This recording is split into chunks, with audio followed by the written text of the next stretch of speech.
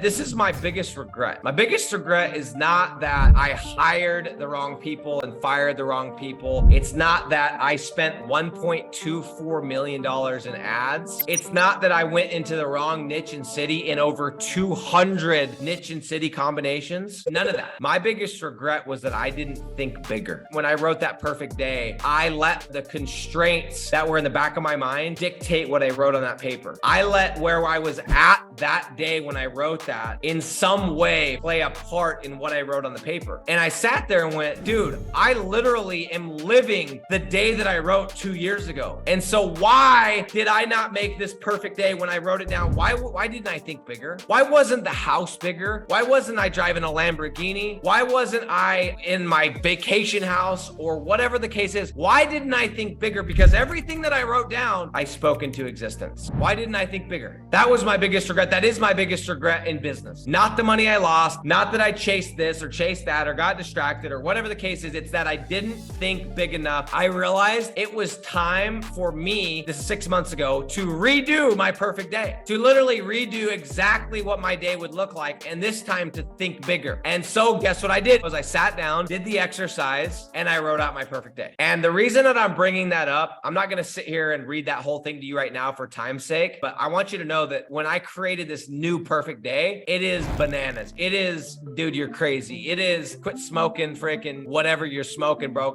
and dream on, because that's not realistic. It is very unrealistic, but I'm not making the same mistake twice. One of the things exact verbatim that I wrote on that was the following. And it said something like this. It said, I spend at least 1 month per year in another country with my family, experiencing new culture, learning new language, tasting new foods, and meeting new people. I spend 1 month in a different country. Guys, this was 6 months ago. 6 months ago, I wrote that and it sounded crazy. It sounded kind of funny because I was like, yeah, my wife would never leave this place. She would never let us move. And I couldn't move because what about the business and all these things? It was just a dream. And guys, guess what? Here I am. It's already been a month. I've been over a month. In 6 months, I've already started achieving that new perfect life, that new dream life, that new perfect day. And what I've realized now that I've done this twice is that as you do it and as you continue to refine it and as you continue to redo it, not only do you start thinking bigger, but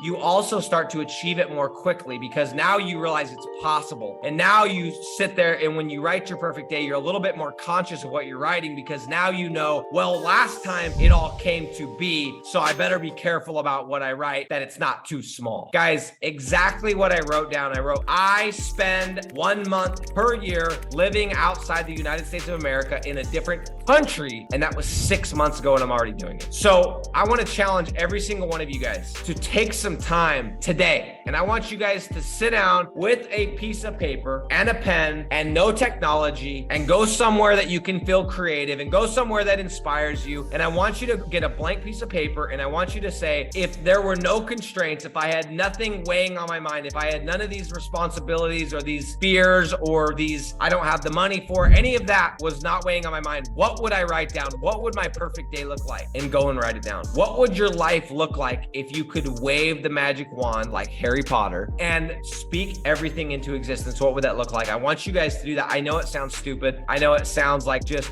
very unproductive task, but it is like you're going into the future. You've got a blank canvas. You're like, I want this car and I want this and I want palm trees and I want this. And oh, I think I'll have this much money and I want to spend my time doing this. And then guess what? Your mind goes to work on it. Your subconscious goes to work on it. You start moving towards it. And it is weird. And you can call it God. You could call it the universe. You could call it woo woo, but somehow, some way, it happens, dude.